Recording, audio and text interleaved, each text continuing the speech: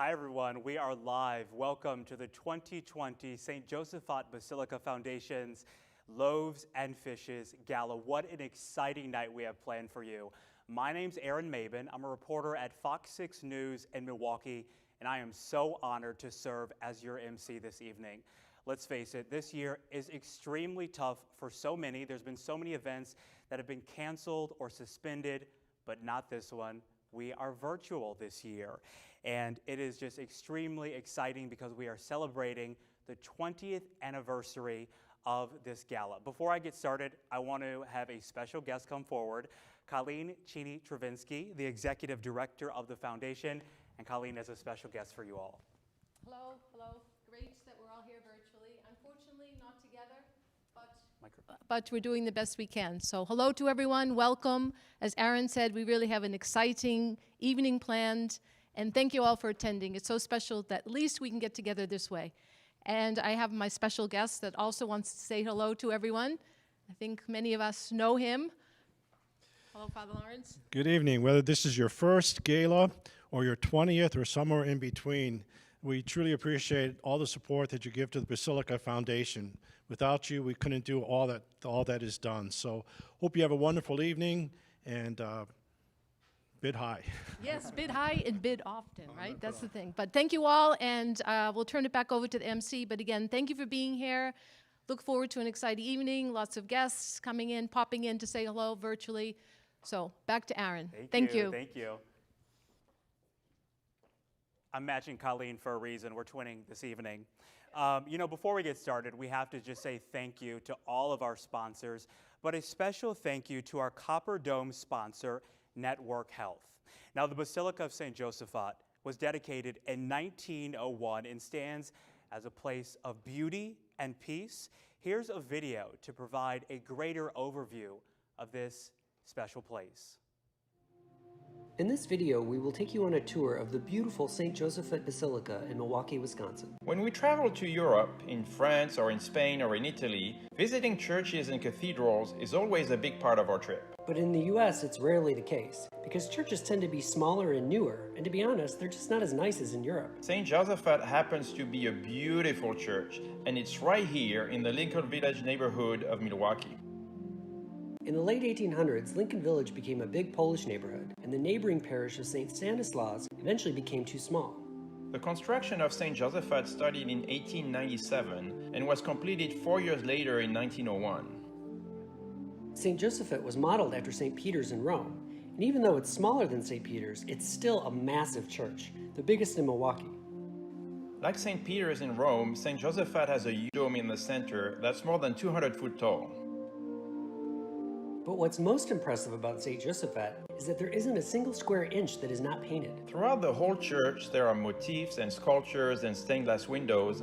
And even though there's a lot going on in the design, it doesn't feel overwhelming.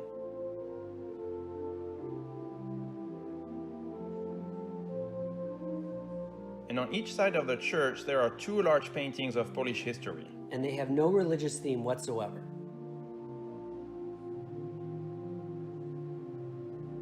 We were lucky enough to have access to parts of the church that are not open to the public. We went on the bell.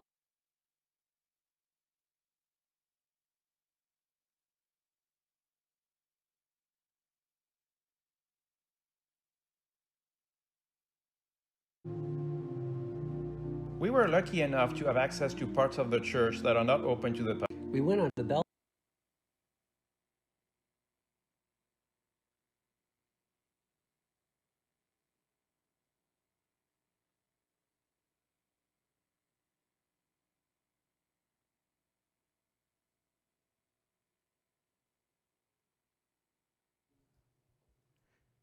Okay, some technical difficulties with that video, but I could tell you it is remarkable. This basilica is remarkable.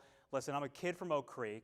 I used to love driving downtown to Milwaukee, and this building just always grabbed my attention, especially at nighttime. I'm always mesmerized by how beautiful this building is during the nighttime. The St. Josaphat, this has been a landmark on Milwaukee's South Side for over a century. It's a testament to the Catholic faith. It's also a tourist attraction and a hub for civic activity. During this pandemic, the Basilica has been working to help this community in so many ways. And I think what's really cool is that it has a large parking lot. Many of you know that. And it's been able to open its parking lot for a food drive and also a job fair. So really just giving back to the community is what this foundation and what this church is all about. Now, another reminder for you all, or actually an exciting announcement for you all, it's time to announce the early bird raffle winner. They don't have a drum roll, so I'm going to do it myself. Da-da-da-da-da-da-da. The early bird raffle winner is Emmy Bisser.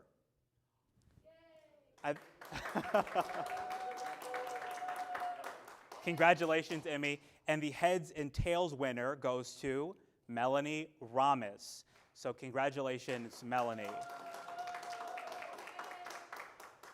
So we had a little bit of a tease earlier. You mentioned, Father, say something about this. Don't forget, at 7 p.m., that's when we'll be doing our live auction. That is going to be extremely exciting. Don't forget also that we have a silent auction going on as well. This year is extremely special. The foundation has huge goals, and this year they're working to raise money for the installation of the fire detection system for the Basilica. And what a perfect switch, talking about the fire detection system, and our next speaker, the chief of the Milwaukee Fire Department, and also the chairman of the board of directors, Mark Rolfing. Take a listen. Good evening. I'm Fire Chief Mark Rolfing, and I also have the pleasure and honor of serving as the chairman of the board for the St. Josaphat Basilica Foundation. I want to welcome everybody tonight to our 2020 Gala. Our 2020 Gala is actually our 20th Gala, and I know that we would all love to be at the Pritzloft, enjoying each other's company, having a cocktail or a glass of wine, mingling through the beautiful setup, silent auction items, and enjoying a wonderful. Unfortunately, we know during the global pandemic that for the safety of all of you and all of us, that we're doing a virtual gala, and I want to thank you so much for tuning in. This is our most important fundraiser of the year. And you know what? We all work so hard to make our galas a fun and exciting event. And I think you'll find that our live program tonight will be worth tuning in and watching. I want to remind everybody that our special appeal is kind of phase 2. We're still trying to raise money for our new fire detection system. And the good news is you'll get a little more information about that later in the program. But we know how important that is. I know how important it is after we look at Notre Dame and some one of our churches in downtown Milwaukee that was affected by fire, and they can be devastating to an historical building. So the fire detection system, upgrading it right now, it's 15, 20 plus years old, and bringing in the newest technology. So if we do have anything in those hidden spaces, though the Milwaukee Fire Department will be able to get there and really make a difference. So I want to thank you for being here. Thank you for being part of our virtual gala. And I'll remind you that we have some excellent auction items in the silent auction and the live auction. So I just implore you to bid often and bid high. Thank you very much for being here. Thank you very much, Mark Rolfing, the fire chief. I'm so happy that he could join us this evening. He mentioned the silent auctions items. Those will be coming up shortly. Just a reminder for everyone as well. Blanton's Bourbon Raffle, and there's a very great purse raffle. Just a few tickets left. So one for him, one for her. Again, the bourbon and the purse, just a few more tickets left. So if you want it, if you're eyeing it, I suggest you get it. And that's a great segue to tease into our auctioneer, Joe Mellem, in about 20 minutes. The Basilica, as many of you know, it's iconic. It means so much to so many, like Richard Hinson, who wanted to share why he cares about this Basilica. Hello, my name is Richard Hinson. I'd like to welcome you to this year's virtual Loaves and Fishes Gala, supporting the important work of the St. Josaphat Basilica Foundation. For 20 years, this fun-filled event has helped to support the important work of the foundation. As music director of the Bel Canto Chorus, I am especially grateful that St. Josaphat Basilica welcomes many of Milwaukee's artists to perform in its sacred space. Ensembles such as Bel Canto, the Milwaukee Symphony Orchestra, and Early Music Now have counted on the Basilica to host concerts and performances. Bel Canto in particular has collaborated with the Basilica to offer our annual Christmas in the Basilica series, as well as many other performances of sacred music. I'm proud to say that St. Josaphat Basilica is Bel Canto's primary performance home. Please support the Basilica Foundation as it does the important work of supporting and preserving the Basilica in its parochial, historic, and presenting roles. Your support will make a real difference. Thank you. Richard, thank you so much for that message. Very important right now. I want to bring in Colleen again to talk with us more about everything. Everything, yeah. We don't have all evening. No, but it's very nice to see the Bel Canto. They're very near and dear to us, and you know we can't have a Christmas here at the Basilica without the Bel Canto. This year might be challenging, but you know it's just so special to have concerts here at the Basilica, like the Milwaukee Symphony Orchestra in Bel Canto. So they're very special. And not only concerts do we have throughout the year, but also an amazing amount of tourists. And seeing the tourists from all over the world visit the Basilica and just marvel at the beauty. And we're talking people that have traveled so much around the world, and they're amazed that this gorgeous Basilica is here in Milwaukee, and it's certainly a hidden gem. And we've been doing a lot of work to promote more of the Basilica around Milwaukee and outside Milwaukee, and working with Visit Milwaukee. They've been great partners for us in helping us get more tours here. Thank you. I think that gives us a perfect segue into the Visit Milwaukee video talking about the Basilica. Hello, I'm Peggy Williams-Smith, President and CEO of Visit Milwaukee. If you've never heard of Visit Milwaukee, we are a community asset that creates economic prosperity for all of the citizens that live and work here by promoting tourism for the greater Milwaukee area. We know our city is an amazing place for meetings, events, and vacations. Every day, Visit Milwaukee is talking up the city's hotels, our restaurants, and our amazing attractions. We're helping media bring Milwaukee's story to the world. Hello, New York Times 36 Hours in Milwaukee. We're welcoming major meetings and conventions, including religious meetings, to the city. We're helping visitors experience Milwaukee whether they arrive on a tour bus or a cruise ship.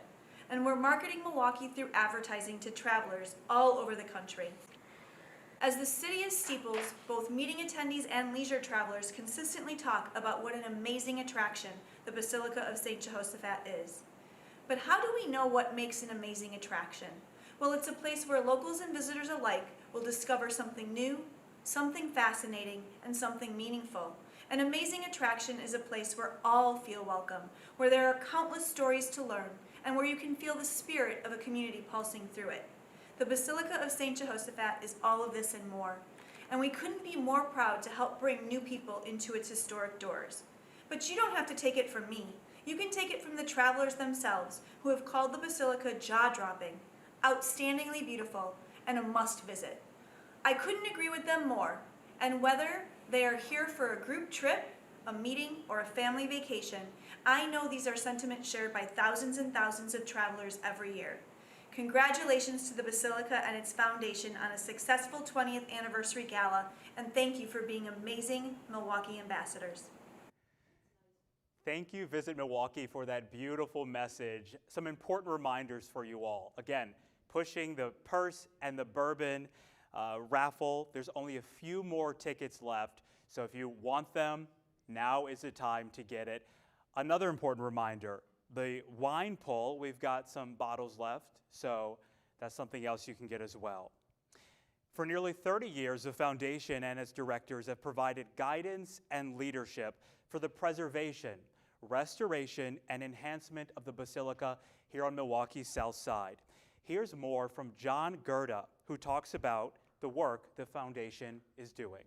Thank you, and thank you all for attending this year's gala. The story of St. Joseph's is pretty well known. I think your presence here indicates that you know the importance of this building, how it began as a Chicago post office, how it became the largest church in Milwaukee, and how it is still the closest thing Wisconsin has to a genuine European cathedral. This really is a special piece of art and architecture. I think less well known is the story of the Basilica Foundation, that over the last 30 years has done so much, has been instrumental in preserving this treasure for future generations. And that's the story I want to tell tonight. And I'll start with the centennial of the parish back in 1988. After 100 years, the building's 1901, but the parish goes back to 1988. After 100 years of existence, the parish was still in good shape. The building was not. The copper dome was worn thin in places. People were using it for target practice. There were holes in the copper cladding that let water into the interior during even modest rainstorms. So that was damaging the timbers. So there was concern about the structural integrity of the building itself. The lead channels in the stained glass facets had softened to the point where the windows were bowing out against the storm windows. So if the windows had not been there protected by the storms, it would have had all kinds of pretty glass out there in the sidewalk and the parking lot. The paint from the murals was flaking off and landing on the basilica floor. And that's just the stuff you could see. The interior systems from plumbing to electrical were all in marginal shape as well. So things obviously needed more tender loving care. And Father Michael Rosevich, who was son of the parish, was pastor at the time. And he was certainly concerned about the building's future. And even though St. Joseph's was and is an order parish run by the Franciscans and not the diocese, he went to the Catholic Archbishop, Rembrandt Weekland, and said, "We got a problem, Archbishop." So certainly he was looking for help to save this incredible treasure. So Rembrandt Weekland, Archbishop Weekland in turn, went to Mike Murray at Lincoln State Bank on 13th and Lincoln there, right just a few blocks down the street from the Basilica. And Lincoln State Bank at the time was known as the Catholic Bank, and it had the accounts of 57 different parishes. So this was the obvious financial institution to play a leadership role in efforts going forth to preserve the building. So Archbishop Weekland talked to Mike Murray, and the result was in 1990, the formation of the nonprofit, non-sectarian St. Josaphat Basilica Foundation, whose only goal, as you know, was to take care of the building and make sure it remained in good shape for all future generations to enjoy.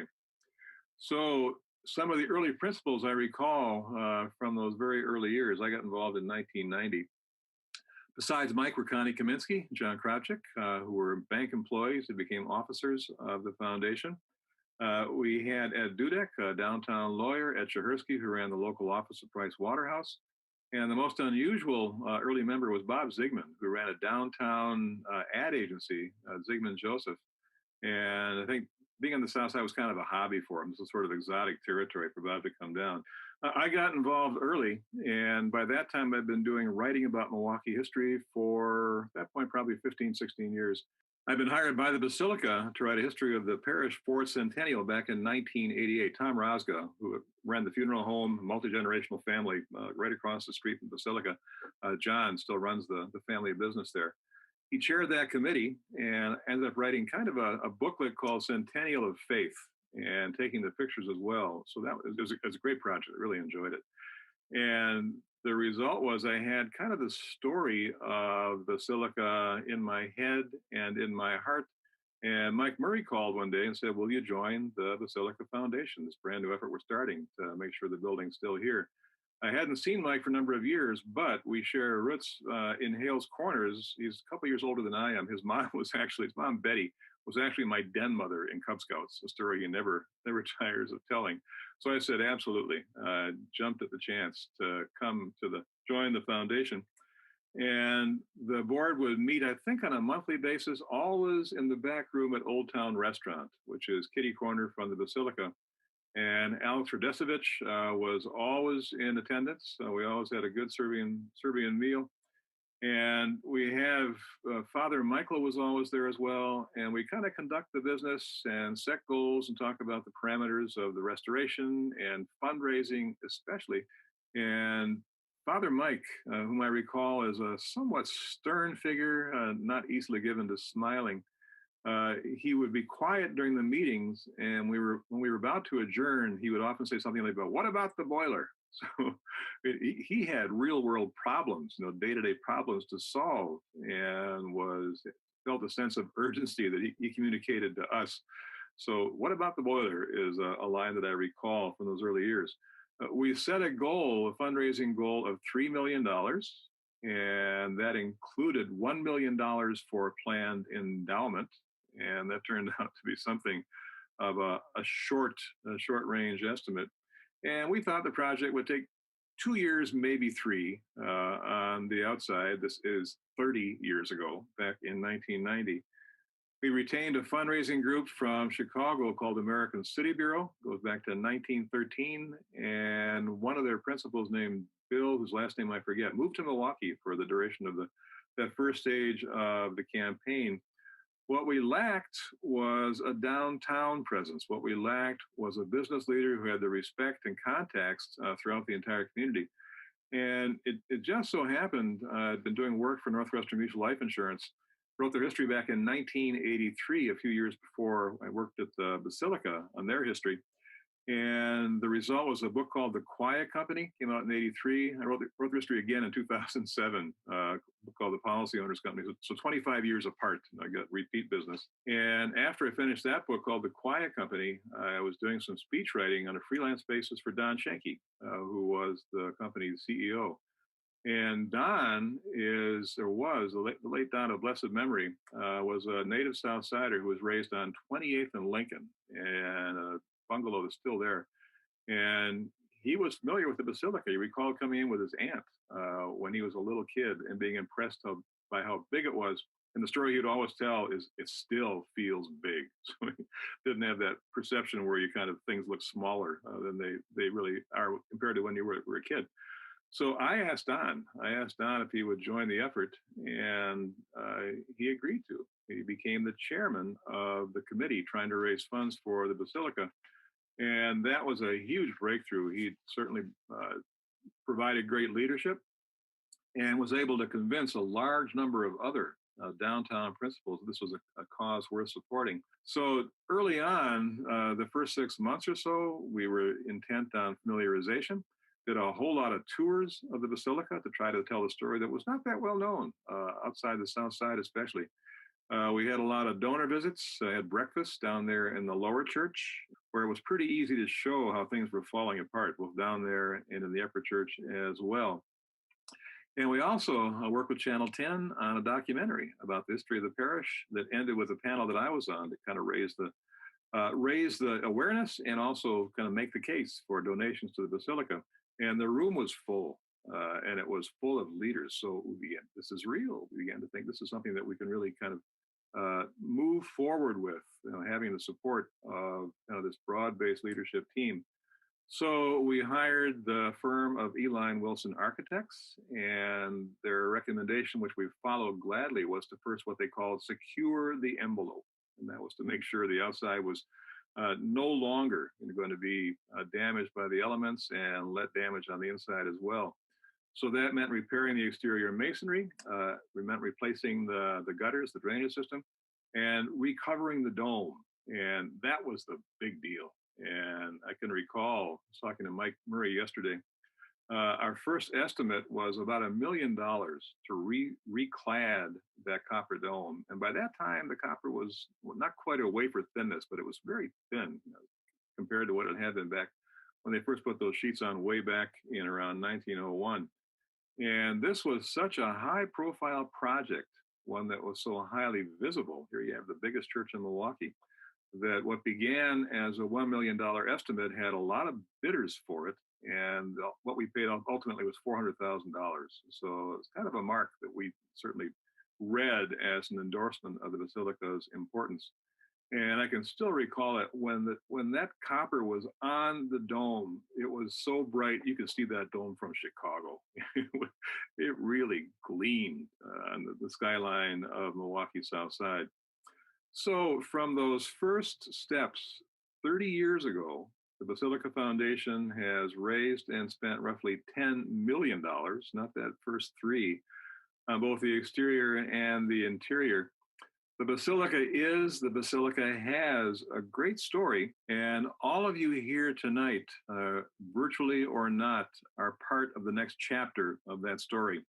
So I offer my personal thanks for your ongoing support of what I have always felt to be the most significant building in Milwaukee.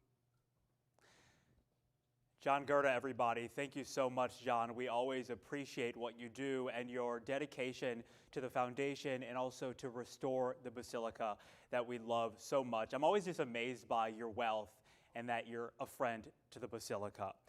Some important reminders for people. We've been talking about the bourbon and the purses all night. An update: 34 bourbon sold, so there's still some more. And the purse for a purpose, 62 sold. Remember, 100 of each, so just a few more left. And don't forget to take a chance at the wine pool. There's some wine available, especially a 3-liter bottle of 2011 Duck Horde Vineyards Napa Valley Merlot, valued at $360. Everybody, get off your couch. Let's stretch a little bit because this is where the fun begins.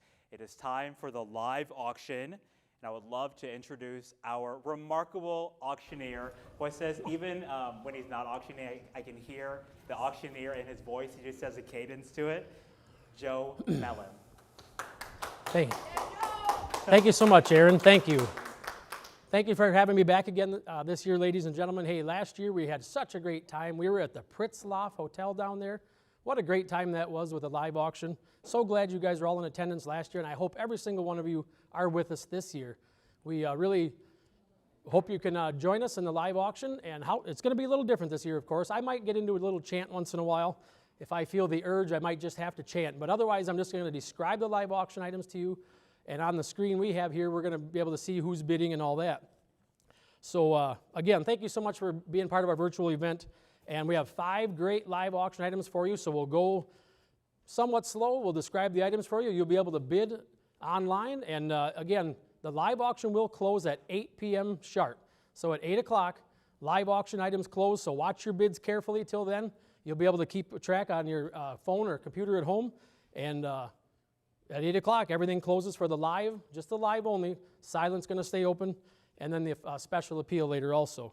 So hey, let's get started with the live auction. Hopefully you guys at home are having some fun. Get excited. Let's raise some money for the Basilica Foundation. And why not start it off with a tasty treat right here? Number 6 is the Chef's Table. What a great item this is. The Chef's Table. Restaurateur Dennis Sobchak. He grew up as a parish member and graduated from St. Josaphat Grade School. And Chef Jesse Souza opened Fishbones Cajun and Creole Restaurant in 2000. They brought a spicy, hip vibe to Delafield and Lake Nagawicca. In 2005, Dennis and Jesse created a complimentary culinary offering in the heart of Delafield with the casual and contemporary Zin Uncommon California Italian restaurant. Both dining spots are now Lake Country fixtures. What a couple great places to go eat. I need to check them out myself yet. Throw a party like no other. This is going to be for 8 people, ladies and gentlemen. You and your guests are going to enjoy a scrumptious 4-course chef's table dinner with wine. Chef Jesse Souza is offering you Cajun Creole, or you can choose Californian Italian in your own home, or it's going to be at one of the Delafield restaurants. It's going to be totally your choice in your home or at one of the restaurants for you and 8 people. Chef's Table. Thanks again to Dennis Sobchak and Jesse Souza there for creating this great event. Last year, I know this went very well, and what a popular item this is. So what's going to happen this year, ladies and gentlemen, is the starting bid is going to start at $350, and then you're going to bid in $50 increments. And I believe shortly that's going to start, and we're going to have a screen here that's going to be showing us who's bidding and how it's going. So we're going to keep you up to date, and I think you guys at home also will be able to see how the bidding is going. So again, Chef's Table opens at $350 and $50 increments from there. So have fun bidding on that item. That is going to be a great time for 8 people. Don't miss out on such a wonderful item. A great way to start a live auction in this virtual event we're having. All right, while the bidding goes on that, we're going to move on to item number 2. That's going to be number 7, or it is number 7, Bucks Court side tickets. Hey, great time here again to be had. This is going to be for 2 courtside seats right next to the Bucks bench for a 2020 or 2021 season home game of your choice. It's also going to include parking and access to the BMO Club, which includes unlimited food and drinks. The game date is to be mutually agreed upon, and this was donated by Robert and Lenore Montemayor and Monterey Markets. So hey, Bucks courtside tickets. Once everything gets back to normal and we resume everything and the basketball is happening, you're going to be able to go to a game and enjoy it. Again, 2 courtside seats right next to the Bucks bench, and again, includes parking and access to the BMO Club. Again, unlimited food and drinks. Take advantage, ladies and gentlemen. I can't stop moving. I'm an auctioneer. I like to move around. I got to learn to stand still. But anyway, I hope you guys are having fun at home bidding on these wonderful items. We've got two down. Again, just watch your bids. You can bid accordingly. This Bucks package is starting at $750, and your bid increments are of $100 every time you bid. So thank you so much for bidding on these items. Again, Chef's Table is open, and now the Bucks courtside tickets you can bid on. And we'll move right along. Item number 8, what a great place this is to go. Sedona Summit Resort Getaway. Who doesn't need an escape right now? We all could use an escape, and why not go to Arizona Sedona Summit Resort? You're going to get a 2-bedroom condo for 4 to 6 guests. You can go 4 to 6. It's going to be a 7-night stay. It's going to be in February or March of next year, so you've got some time to think about how to do it all. And if you want to go, again, dates to be mutually agreed upon. Your unit is going to have an awesome kitchen, washer, dryer, Wi-Fi, outdoor space for hanging out, along with, ladies and gentlemen, 4 heated pools. So if 4 people go, you each get your own pool. Why not, right? Again, this is set in Pueblo-style buildings. It's an awesome resort, only 5 miles from the center of Sedona, 11 miles from Slide Rock State Park, and 19 miles from Tuzagut National Monument. And for more fun, you can set out on a Jeep tour, you can enjoy golf, you can go on a hike, whatever you'd like to do in Sedona. What a great time this is. It's going to be awesome out there. Always plenty warm. All right, and the Red Rocks of Sedona, they promise to shake off the winter doldrums if you happen to go in the winter. And ladies and gentlemen, a $500 transportation gift card is included. So a $500 transportation gift card.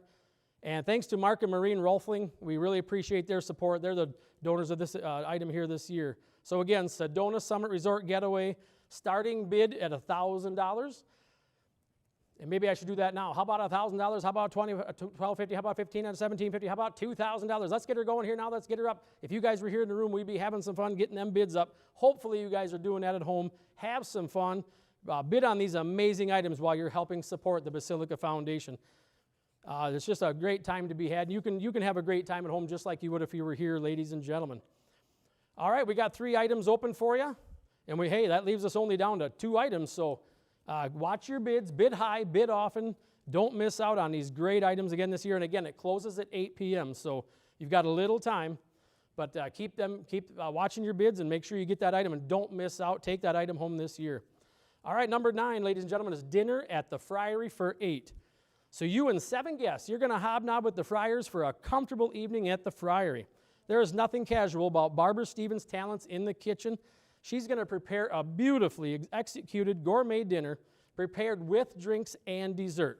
So Father Lawrence, Father Christopher, and Brother Ayub welcome all to a memorable evening. They will be there. Hey, look who we have in the room, ladies and gentlemen. Yeah, come on up. You should be able to hear, they should be able to hear you. So here we got Father Lawrence, Father Christopher, and Brother Ayub. I'll let you guys do a little speaking on that item right there. How about that? We'll get them a microphone just so you at home can hear them. Yes, and tell them about all the delicious cooking. Oh. Great cook you are, Father. We won't be doing the cooking, but we'll be doing the serving and offering the drinks. So, oops, sorry. There you go. Brother Ayub's a good cook, and so is Father Chris. So it's a great night. We've done it several times since I've been here in the last 2 years. It's a wonderful evening, and I think everybody who comes has a great time. So hope you bid on that for another enjoyable evening with the Friars. Yes, we encourage you all to come along. We have a great bar. We even act as barmen, and we have a good reputation of remembering your drinks, so we keep them flowing, and we hope that you'll come and enjoy this with us this evening as soon as possible. All right, thank you so much for that. How about a hand for the fathers there? How about a hand? You can hear it in here. Hopefully at home you guys are clapping along. Hopefully you're having a good time. We're so glad they could be here with us this evening and present that great item. Again, dinner will be a mutually agreed upon date, of course, and you'll be able to work it all out here, just scheduled by June of next year. But you'll get that done, and you're going to enjoy dinner at the Friary for $8. So on your computers, if it says it there, it's a starting price of $500, bid increments of $100, and we'll just go from there.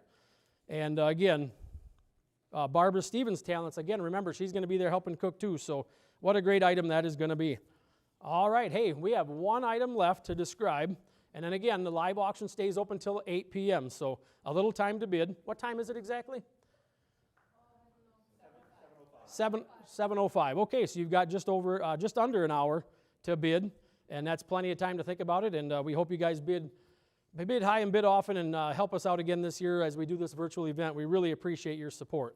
Okay, so the last item to describe, ladies and gentlemen, is number 10, the Chicago Friary Weekend. Okay, and now, like it says, you are blessed because you're going to know someone in Chicago, and they know their way around, and they're going to direct you to some of the cool spots that tourists don't even know about, and you're invited to hang out at their place for the weekend. All right, you and your friends are going to arrive in Chicago Friday evening and enjoy sumptuous dinner with your $400 certificate good at Gala Ristorante, a fine dining, authentic Italian and American restaurant offering delicious pasta dishes, steaks, veal, chicken, fresh fish brought in daily, full of ambiance and charm and naturally exposed brick walls, hardwood floors, and murals of old Italy. It's going to be a wonderful time. Then you're going to head over to the Sacred Heart Friary for the best night's sleep you've had in a long time. You're going to wake up on Saturday to a delicious breakfast, then head out to explore Chicago.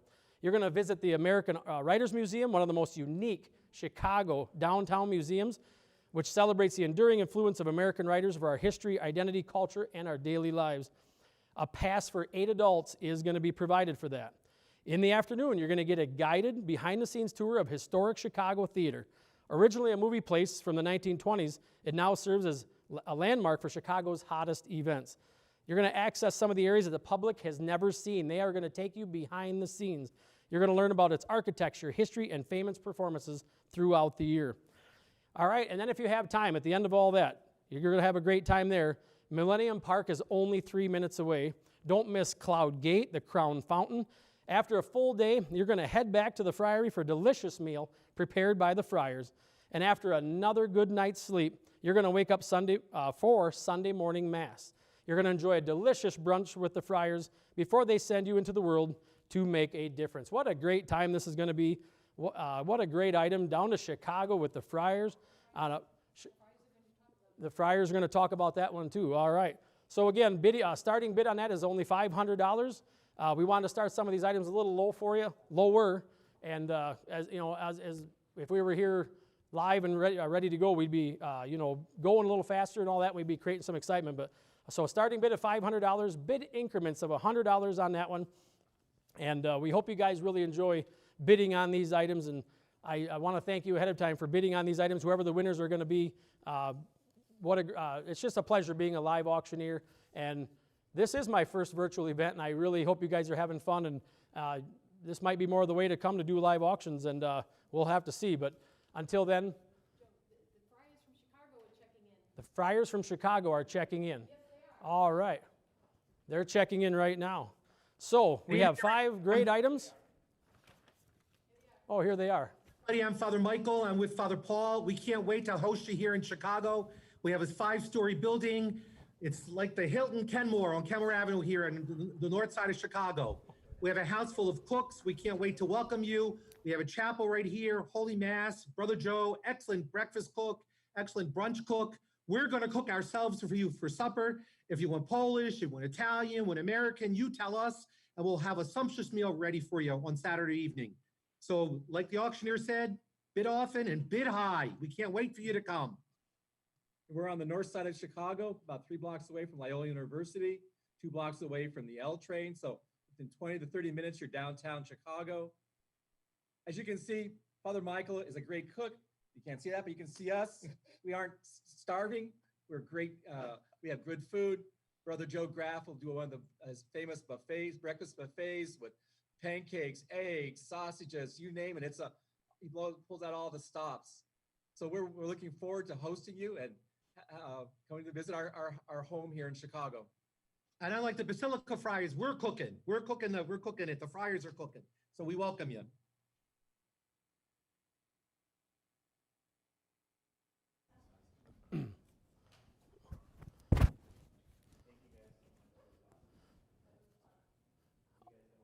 All right, ladies and gentlemen. Hey, number 6 item, Chef's Table. We just want to give you some updates so you guys know that it's at $1,000 right now. Chef's Table's at $1,000. Keep them bids coming. Only $50 to bid on it, so keep them bids going and have some fun with the Chef's Table. What a great time that's going to be. We did that item last year, went very well. At $1,000, and let's go up from there. The Bucks courtside tickets right there, $750 that's up to. And we got one bid on that one, so let's keep bidding on that. Hey, only $100 bid increments is all we're asking for that. The Sedona Summit, up to $2,200. Let's keep the bids going on that one. And somebody's going to enjoy a great getaway to Sedona. It's going to be fun. Dinner at the Friary for 8. That's at $1,300.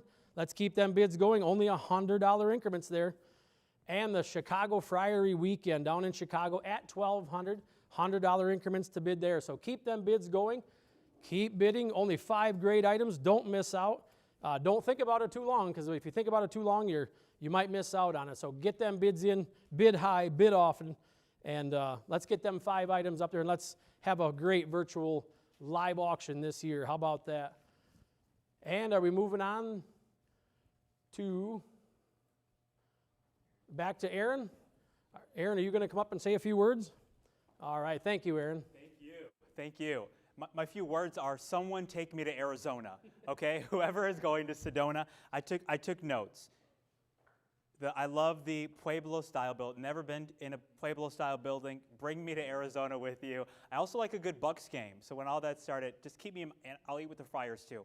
I just want to join. These are just great events. Remember, keep bidding, everybody. And a reminder, the closest I'm going to get to what you did, Joe, is again talking about the bourbon, the purses, and the wine. 58 left for the bourbon, 25 left for the purses, and 17 left for the wine, everyone. So just an exciting night. Thank you so much.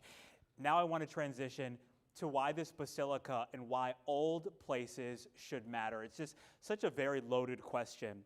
So I tracked down, with the help of Colleen, the writer of a book, Why Old Places Matter, Tom Mays. And we talked about the basilica. We also talked about other major buildings in the country that are older, and the beauty and also the community. Take a look at our conversation. Here's just a snippet of it.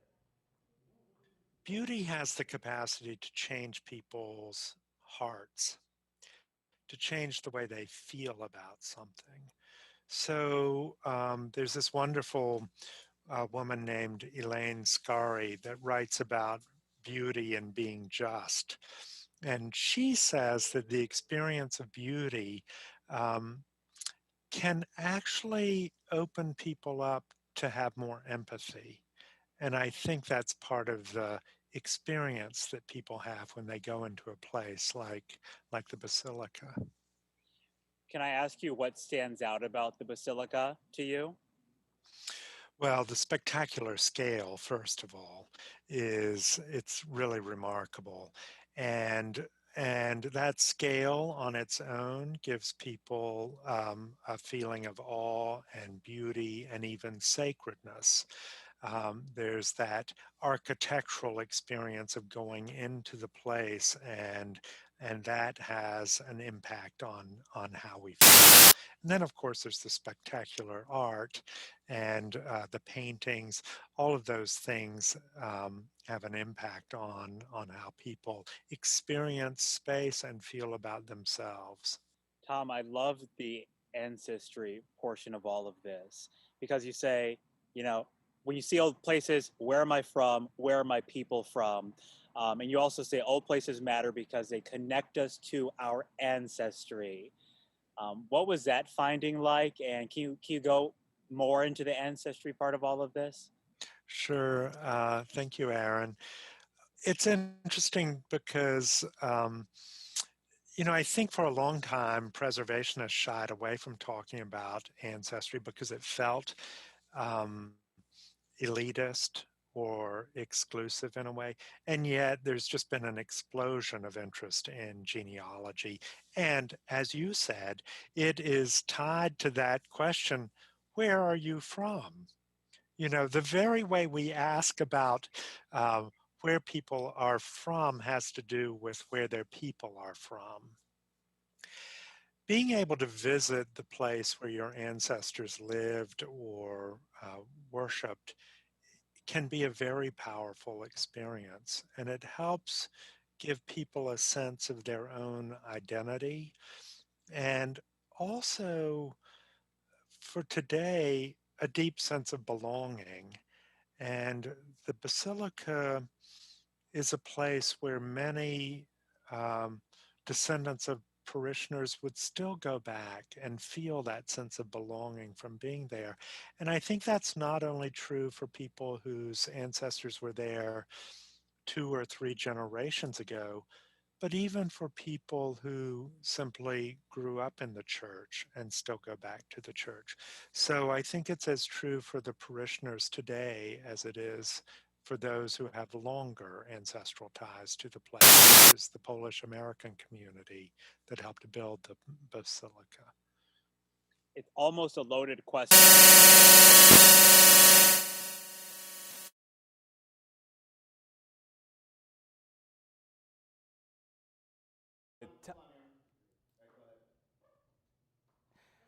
All right, everyone. Thank you for dealing with this. This is a virtual event. That was part of my conversation with Tom Mays. He's the author of Why Places Matter. And again, he's really stressing on why the Basilica should matter. Again, talking about old places, the community, the history, the ancestry, and the connection to memory that old places have. So Tom Mays, again, thank you so much for that conversation.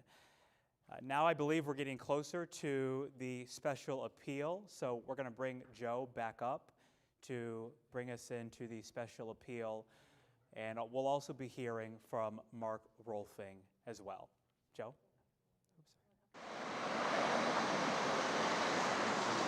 Okay, hi, I'm Mark Rolfing.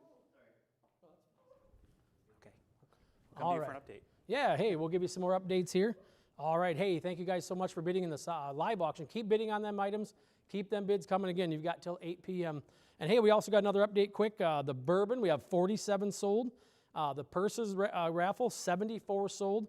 And the wine, 84 sold. So keep that going on that. Take advantage of all the great raffles and the wine pull there. Take advantage of that. Let's sell all that out. Let's have some fun selling that out. And again, we're going to get started here real shortly with the special appeal after the video by Mark Rolfing. So I believe we're going to show that video, and then we'll go into the special appeal, if I'm correct. All right. Okay, hi, I'm Mark Rolfing, the current chairman of the board for the St. Josaphat Basilica Foundation. Also the current fire chief of the city of Milwaukee, and right now we're on a catwalk above the choir loft at the Basilica. To get there, we come up the side stairs, up through the bell tower, up several ladders built at the turn of the century as the church was built, and this is how we would get to the dome. And at our gala, our focus is stage 2 of our new fire detection system. Our fire detection system is 20 plus years old, which means it's outdated, and the fire department needs very early warnings. We need early warnings of smoke or a flicker of flame, and our new detection system will provide that early warning. When you look at our magnificent basilica from the street, you see a huge stone structure. So it's a very sturdy building, but the inside of the building is essentially a wooden structure with lath and plaster, just like an old home. If we would have a lightning strike or electrical issue that would start a small fire in an open space like this, the fire has the oxygen, it has the fuel, and it'll burn very, very rapidly. And it's very difficult to get here. The only way for us to get here and to put water on a fire like this would be to come up the same way I got up here this morning, through the bell tower, up through the old ladders to drag hose. From the time the Milwaukee Fire Department hears the alarm until they would get water on this could be 9 or 10 minutes, and that's moving very fast. And so that early detection helps us get here, so we're not pouring water from the outside and we see a picture like we did at Notre Dame or at our own church in downtown Milwaukee. We're going to kind of just take a little tour, and I want everybody to notice how wide open the spaces are here. From the catwalk, we're looking down to the corner is probably 30 feet down, and you can see the brick and stone, but more importantly, you can see the wood structure that supports the plaster and the beautiful art when you look up in the basilica. And these are the spaces that we're most concerned with, these wide open spaces where, as I said before, plenty of oxygen, and it allows all the right ingredients for fire to move and build very quickly. Right now we've left the catwalk and we crawl through an opening, and essentially we're in about a 3-foot space that goes around the dome. And again, you can see, If we look out here, we can actually see. And right now you're looking out a cubby hole that goes to about a foot ledge where the lights sit in and the base of the dome. So if you look up, you see those lights right below the Mary windows. That's where we are right now. And behind me, you can see the steel structure. So the dome is actually a steel structure. At one time, one of the largest steel domes in the country besides the Capitol. But again, inside that steel dome, you can see wood, lath, and plaster. So when you're looking up into the dome and we see the beautiful paintings, that's all attached to essentially a wood frame that's inside the masonry structure. We're in the East Bell Tower, and what we can see right here is a mechanism that rings the bell. The bell is actually through the hatch we see above. And again, you can see a wide open space, all wood constructed, just as it probably would have looked when the workmen were finished building the basilica. Good news is we have heavy timber in the building. So we have thick, heavy timber, and it burns a lot slower than a modern building, but the problem is the same, is that we have big open spaces that can be fueled rapidly, and there's just a lot of fuel here. As we said before, all you have to do is look up, and this space goes around the dome. It goes up what looks to be about 30 plus feet to as we would get into where the dome begins to crown, and it's all wide open. And again, in a new structure, these spaces would have firewalls, so fire could only go to a certain area of the building, and you could actually attack that fire, and we can make defensive positions at those fire. A lot of wide open spaces, and that fire protection system acts as that early warning system, so we can get firefighters in these spaces while it's still safe for them to be in the interior of a building. All right, ladies and gentlemen, hey, what a great video that was from Mark. We really appreciate his time in showing us the behind the scenes and why a fire detection system is so important. What a beautiful place we are in here this evening, and you guys know how beautiful it is. So let's protect that. And this is our second year of raising money for the fire detection system. So let's do that again here this year. You guys can do it at home virtually, and it's as simple as giving on your computer or on your phone. And very shortly here, I'm going to be asking for a 100% tax-deductible donation to help support St. Josaphat Basilica Foundation and the fire protection system. So let's help them with that. They need all the help we can get, and let's, again, protect this beautiful building we are in. like he said, if there was some kind of a catastrophe, we would hate to see something like that happen. So let's really open our hearts, open our pocketbooks, and let's help out the foundation and the fire detection system. And so we're going to start off this evening with asking for 7 different amounts, and we're going to start high and go low. So at the first amount, you can click on there and give, and we're going to have a rolling screen here to say how much we've raised. And we really, really, I want to say thank you ahead of time. I appreciate your support this evening, doing it virtually. And again, so the first number this evening, we hope you can help us give it. We hope we can get a donor at the $10,000 level. What a great level that is to start at. They need a lot of help with the fire detection system. We have a nice, beautiful building to protect here. And so we really hope you guys can support us. So anyone at all that can help with a $10,000 donation, please do so now. And we were going to move right on, and at a $7,500 level, we really hope that at $7,500 we can get a couple donors and help us out again this evening with this beautiful, beautiful building. And we're going to move on to the $5,000 level, $5,000. Hopefully a few people can give it that. Hopefully a lot of people can help us out here this evening. Let's have some fun and let's raise as much money as we can for the fire detection system. The next level is at $2,500. So just $2,500, we can help them out. And at $1,000 after that, so $1,000, nice even amount there for you to help out at. Then we're going to go down to $500, $500 level.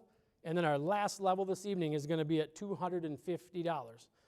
And so another little surprise we'd like to throw at you there is with the special appeal is anybody that gives at the $1,000 level or more, $1,000 level or more, you are going to receive 2 signed copies of a book by each author we had here this evening.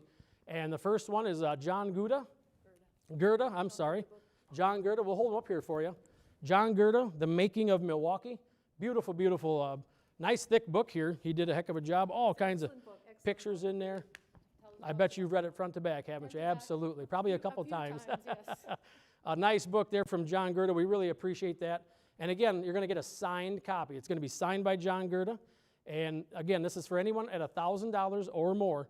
And the other book we have is Why Old Places Matter. And that is by Thompson Mays. And I believe his video got a little cut on us there. And we really apologize for that. And we apologize to you also, Thompson, there for that. Technical, that's what happens when you go virtual, and we have a little technical difficulty once in a while, but we'll get through it all together. But again, them 2 awesome books right there that Colleen has read many times.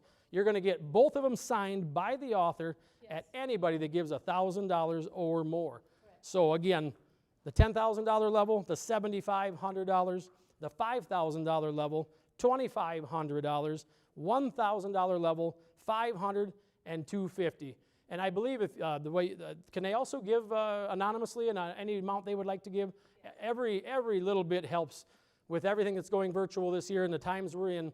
Every little bit helps. So you can give in any amount you would like, but them are the amounts we'd like to try to stick with and just kind of give you a headline to go with. So we really appreciate your support. We really appreciate that video from Mark. And again, let's help the Basilica here with their fire detection system. It's so important to protect a beautiful building we are in. So that's the special appeal, ladies and gentlemen. We're going to keep watching this. It's going to keep going. And again, want to give you a heads up that a reminder that the live auction is going to close at 8 o'clock. So 8 o'clock sharp, live portion ends, and you'll know if you're the winning bidder. And then at 9 o'clock, 1 hour later, the silent auction closes. And I believe in the meantime, we're going to have some more updates on the raffles and the wine pull and again, all that. So we're going to get Aaron back up here to give you some updates, and he's got some more to say. And again, thank you so much for bidding in the live auction. And thank you again for all your donations in the special appeal this year. Thank you very much. Joe Mellum, everybody. Hey, yeah, Joe, you killed it. Thank you. That was awesome. That was this is hard. We were talking about it before. It's hard when it's virtual, but you brought the energy, and I really appreciated that, Joe. And again, a reminder for everyone: live closes at 8 o'clock, and the silent auction is going to close at 9 o'clock. We also want to take this time to highlight the remarkable audio tour that is available for all of you to listen to. It's supported by donors. It captures the history and the stories of the Basilica. It's a great way to educate future generations. Let's take a listen.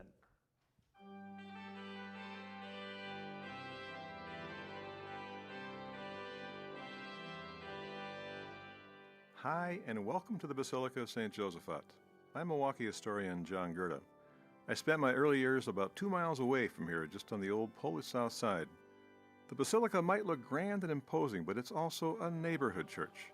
We've asked some of those neighbors to help tell our story. I'm 96 years old.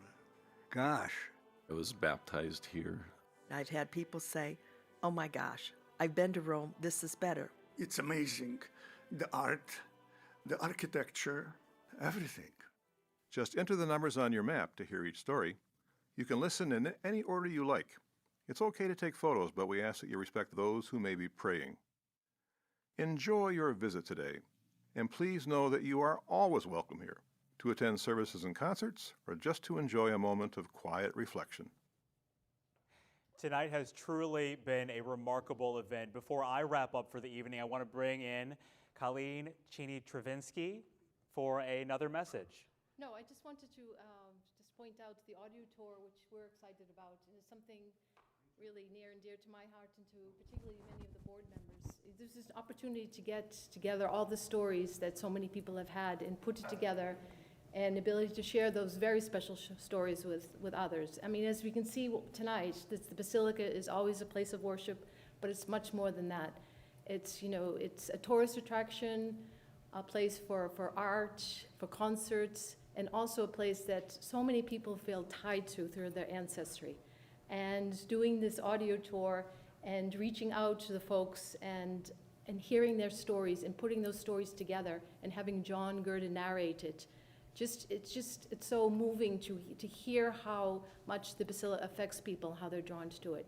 And unfortunately, we didn't have the opportunity to listen to Tom talk about why all places matter, because when I had the opportunity to speak to him, as you did, Aaron, he was just so happy that that the foundation had decided to have a fire detection system. He said he just wished so many old places would do that. It's just so important for us, our generation, to raise the money in order to do that. So a building like the Basilica will be for many generations to come and appreciate. I mean, there's so many stories, so many memories, so much in this building, and we just have to do what we can to protect it. And when I spoke to Tom, he was delighted that the foundation was continuing to be committed to raising that money for our fire detection system. And it's so important, as we see from Mark's video, the importance, the wood upstairs in the attic, and I've climbed up in the attic many times. Yeah, I've been up there too. Right, yeah. So you see with your own eyes, and it's just so important that we understand the huge need to make sure that we're doing what we can to protect the Basilica. Thank you for that message. Thank you. Thank you. You know, it has been such a great night, everyone. I think I have one more message before I wrap it up. Yes. Okay. Oh, sorry. Quick update. All right, so the wine, 85 sold. Bourbon, 47 sold, and the purses, 74 sold. So a reminder, everyone, you can still buy those items, wine, bourbon, the purses, and again, those silent auction items and live auction items as well. This has been a remarkable event, everyone. And we want to, once again, thank you for joining us. And we want to thank all of our sponsors, including our Copper Dome sponsor, Network Health. I'm Aaron Mabin. I hope to see you all next year. Good night.